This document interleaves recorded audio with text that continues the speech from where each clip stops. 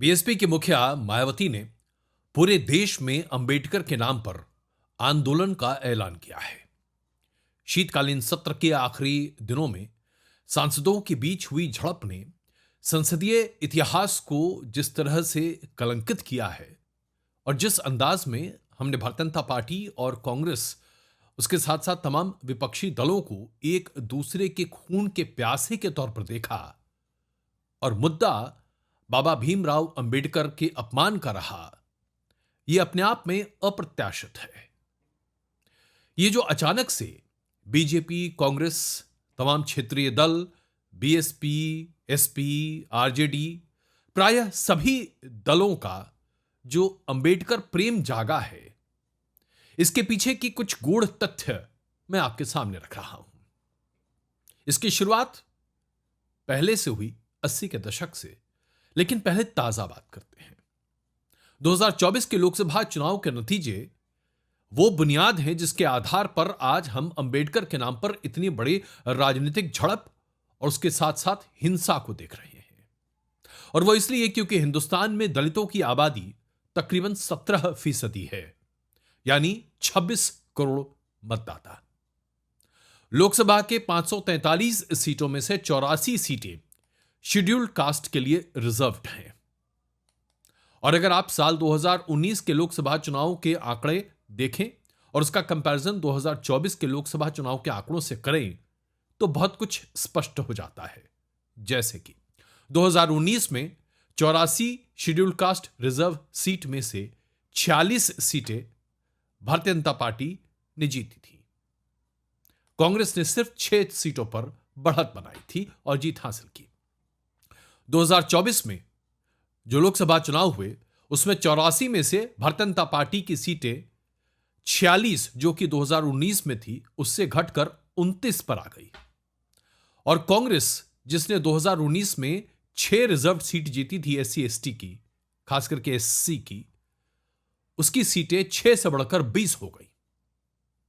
लोकसभा में दलित आबादी से प्रभावित 156 सीटें हैं साहब।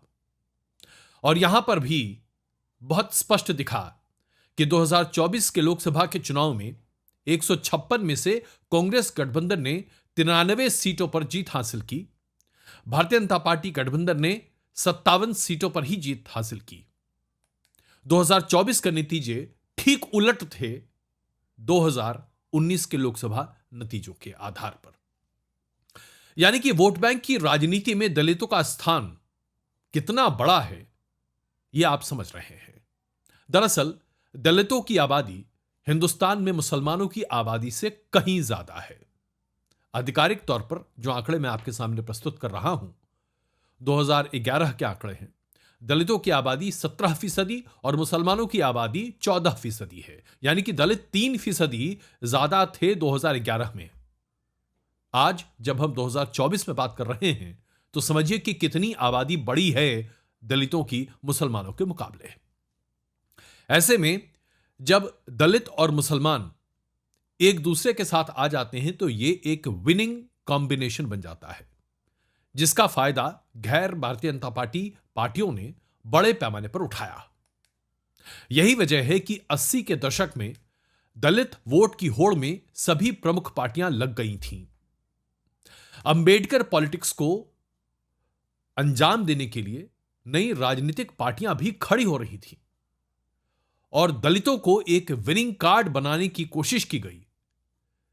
दलित पार्टी दलितों को विनिंग कार्ड यह बनाने का श्रेय अगर आज हम किसी को दे सकते हैं तो वो है कांशीराम और आज मायावती। बीएसपी का जन्म दलित उत्थान के लिए हुआ था साहब, लेकिन मायावती के खुद के पतन ने साबित कर दिया कि दलित सम्मान के नाम पर राजनीति करने वाले हर राजनेता ने हमेशा दलितों के नाम पर अपनी दुकान चलाई है।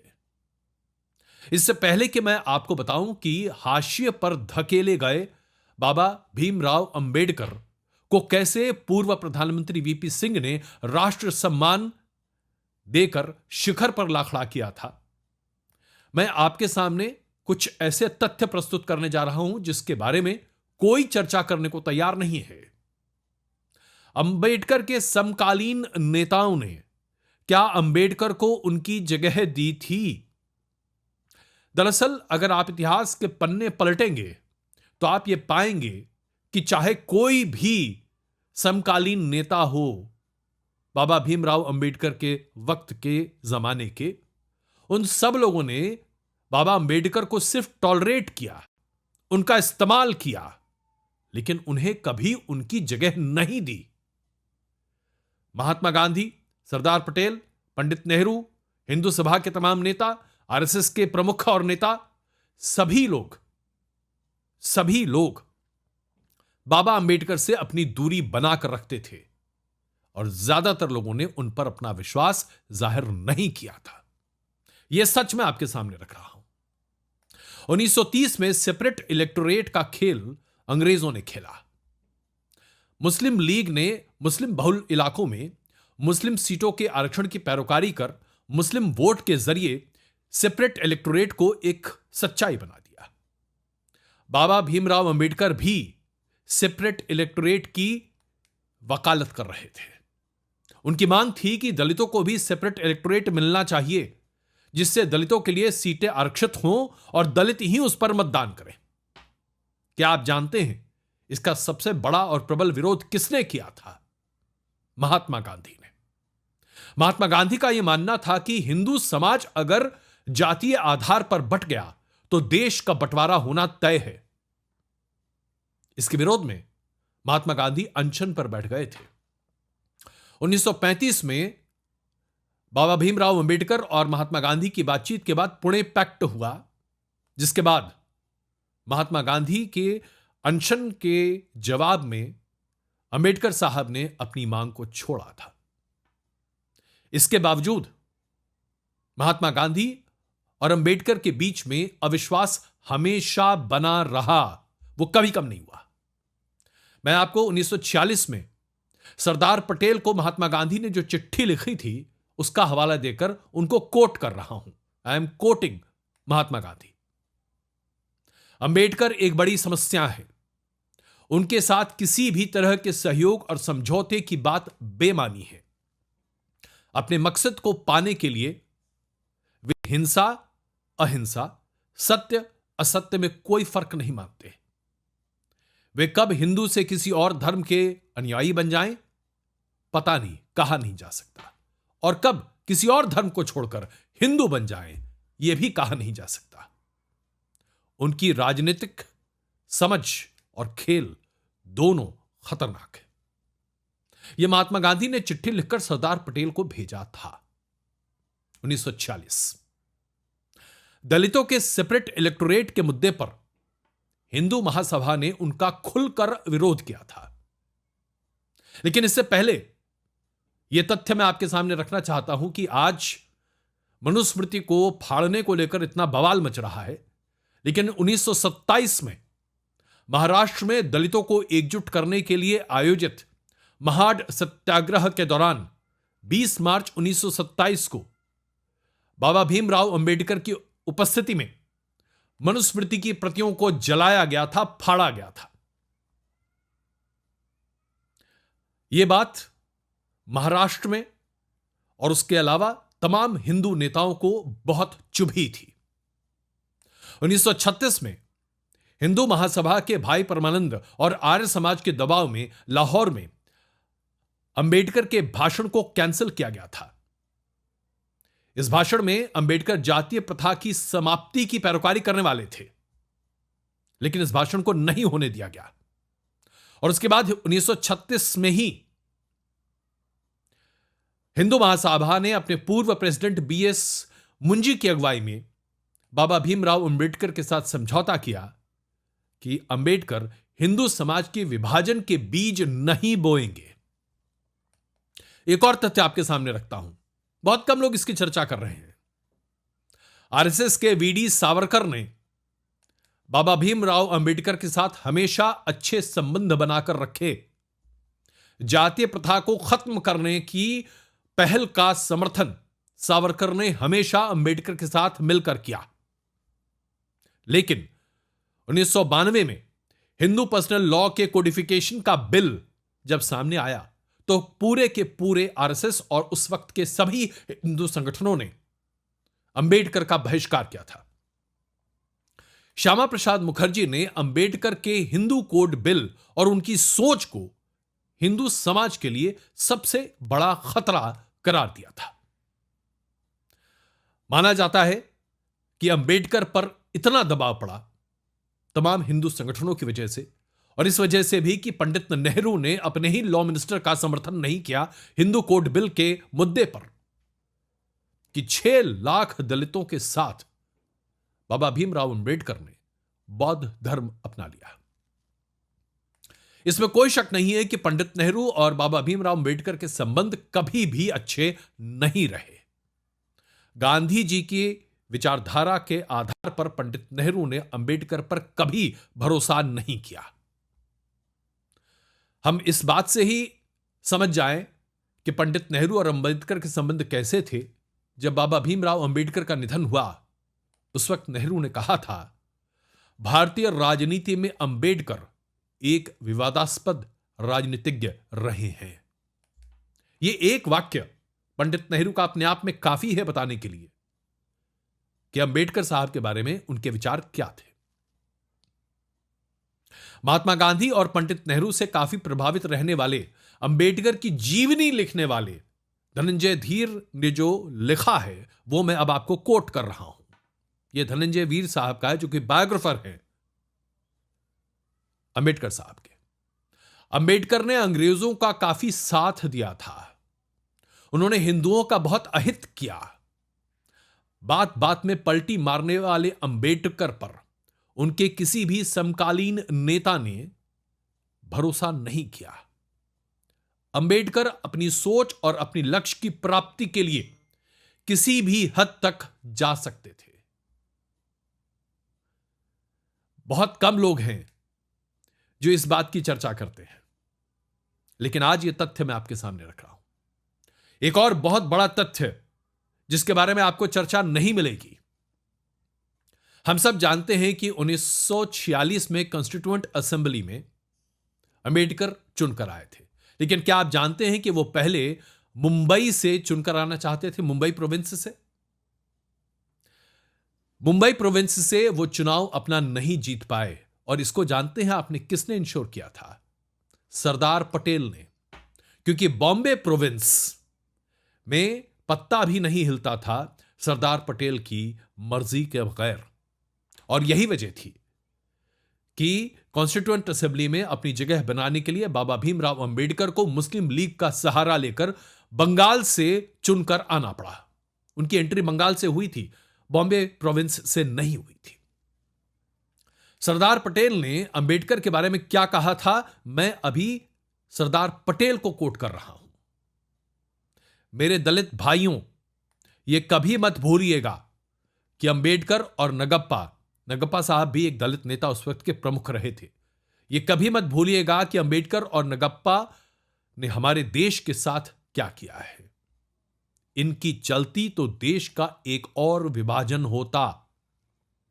सेपरेट इलेक्टोरेट की मांग कर इन्होंने कैसे देश के विभाजन का रास्ता तैयार किया था, यह हम जानते हैं। दलितों की सूझबूझ और उनकी अच्छाई के लिए महात्मा गांधी जब उनकी बस्ती में रुके तो अंबेडकर के समर्थकों ने ही पत्थरबाजी की थी। हम इनका समर्थन नहीं कर सकते। हिंदू का समाज का विभाजन नहीं होना चाहिए।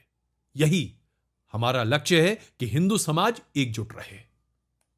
ये बातें किसने कही हैं? ये बातें सरदार पटेल ने 1946 में कॉन्स्टिट्यूएंट असेंबली के चुनाव के दौरान कही थी, जिसको मैं अभी आपके सामने कोट कर बता रहा हूं। सरदार पटेल, पंडित नेहरू, महात्मा गांधी, हिंदू महासभा, यानी कि देश के सभी समकालीन नेताओं ने एक वक्त पर अंबेडकर से अपने आप को दूर रखने की पूरी कोशिश की थी। अब आइए इसी संदर्भ में हम समझते हैं 1989 को। देश में भारतीय जनता पार्टी के सहयोग से जनता पार्टी की सरकार थी। प्रधानमंत्री थे वीपी सिंह।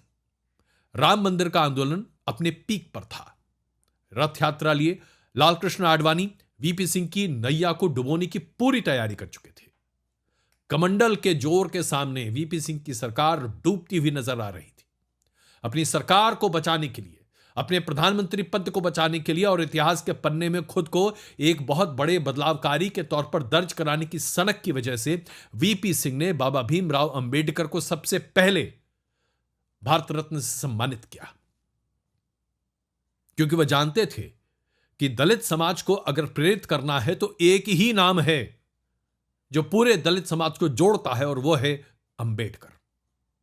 उसके बाद उन्होंने ओबीसी आरक्षण देश में लागू किया जाए, इसका अध्यादेश पारित किया था। और जैसा कि वीपी सिंह ने सोचा था, उस वक्त कमंडल पर मंडल भारी पड़ा था। और यही वो दौर है साहब, जब दलित समाज को एकजुट करने में कांचीराम और उनकी शिष्या मायावती लगी हुई थी, और अंबेडकर उनके लिए कॉलिंग कार्ड बने, जिसके आधार पर दलित राजनीति को 90 के दशक में और आगे बढ़ते हुए एक नया स्वरूप दिया गया, एक नई सोच के तौर पर सामने रखा गया, और दलित वोट बैंक ने उसके बाद वो कर दिखाया जिसकी कल्पना कांग्रेस या किसी और पार्टी ने कभी नहीं की थी। यह वही दौर है साहब जहां ओबीसी पॉलिटिक्स ने बिहार, उत्तर प्रदेश, महाराष्ट्र और दक्षिण के कई राज्यों में अपना गुल खिलाया। भारतीय जनता पार्टी के हिंदुत्व के एजेंडे को उस वक्त अगर किसी ने डगमगाया तो वो ओबीसी पॉलिटिक्स ही थी साहब, जिसके साथ साथ दलित पॉलिटिक्स भी अपना काम कर रही थी। एक और घटना हुई थी उस वक्त जिसके प्रति मैं आपका ध्यान आकर्षित करना चाहता हूं। 80 के दशक में ही एक बहुत बड़ी बात हो रही थी। देखिए, अब तक दलितों का बौद्ध धर्म ज्वाइन करना या स्वीकार करना अंबेडकर साहब के पदचिन्हों पर चलते हुए एक सामान्य सी बात थी। इसको लेकर हिंदू संगठनों में कहीं कोई चिंता नहीं थी, यह अकल्पनीय नहीं था। लेकिन एक बहुत ही बड़ी अकल्पनीय घटना 80 के दशक में केरल में घटी। एक बहुत बड़ा दलित समूह एकमुश्त तरीके से इस्लाम को कबूल कर बैठा, अपनी हिंदू पद्धति को छोड़ बैठा। यह बात हिंदू संगठन और संघ परिवार को जैसे समझ आई, उन्हें पता चला कि अगर इस पर तुरंत काम नहीं किया गया तो बड़े पैमाने पर दलित इस्लाम कबूल कर सकते हैं, जिसकी वजह से हिंदू मिशन पर बहुत बड़ा खतरा हो सकता है। और यह सच था। देखिए, बौद्ध धर्म अपनाने के बाद भी हिंदू पद्धति कहीं ना कहीं चल रही थी, लेकिन अगर इस्लाम दलित बड़े पैमाने पर अपनाने लगते तो फिर क्या होता? पार्टीशन का जो जख्म था वो अभी तक भरा नहीं था साहब। ऐसे में संघ परिवार ने एक तीर से दो शिकार किए। संघ परिवार ने सबसे पहले अंबेडकर को अपनाया। कांचीराम और मायावती पहले से ही दलित पॉलिटिक्स को अंजाम दे रहे थे, उन्हें रेडिकलाइज कर रहे थे, अपनी तरफ कर रहे थे। दलितों को अपनाने के लिए अंबेडकर का नाम, और इससे बेहतर क्या हो सकता था संघ परिवार के लिए। दूसरा, दलितों के इस्लामीकरण को रोकने के लिए यह बड़ा ही प्रभावी हथियार था। जिस अंबेडकर को 1992 में हिंदू संगठनों ने त्याग दिया था, आज वही हिंदू संगठन अंबेडकर के पैरोकारों की लिस्ट में सबसे ऊपर खड़े हो गए। फिर चाहे पूर्व प्रधानमंत्री अटल बिहारी वाजपेयी की सरकार हो या आज मोदी सरकार है, अंबेडकर आलाप, वो भी मुखर शब्दों में, जनता के सामने संघ परिवार, भारतीय जनता पार्टी हर मौके पर करती है। उनके स्मारक को अलग अलग जगहों पर स्थापित किया जाता है, उन्हें प्रतिष्ठा और मान दिया जाता है, और दलितों के बीच अपनी पकड़ मजबूत की जाती है। यही वजह है कि 2014 और 2019 के लोकसभा के चुनाव में भारतीय जनता पार्टी को दलितों का बम्पर समर्थन मिला। लेकिन 2024 के चुनाव में जैसे ही भारतीय जनता पार्टी की तरफ से 400 पार का नारा सामने आया और उसे विपक्ष ने संविधान बदल देंगे के नारे के साथ जोड़ दिया, दलितों का अविश्वास भारतीय जनता पार्टी पर जागा, जिसके वजह से कांग्रेस और सहयोगी क्षेत्रीय दलों को दलितों का विश्वास मिला और इस विश्वास के दम पर भारतीय जनता पार्टी को 2024 में प्रत्याशित जीत नहीं मिली। विपक्ष मजबूत हुआ और जैसे ही ये परिणाम सामने आए, कांग्रेस समेत तमाम क्षेत्रीय दल अब नए अंबेडकराइट्स बन गए हैं। यानी समय का चक्र घूमा जरूर है, लेकिन इसकी जड़ में सिर्फ और सिर्फ वोट बैंक पॉलिटिक्स है। आज मायावती जी भी जाग गई हैं।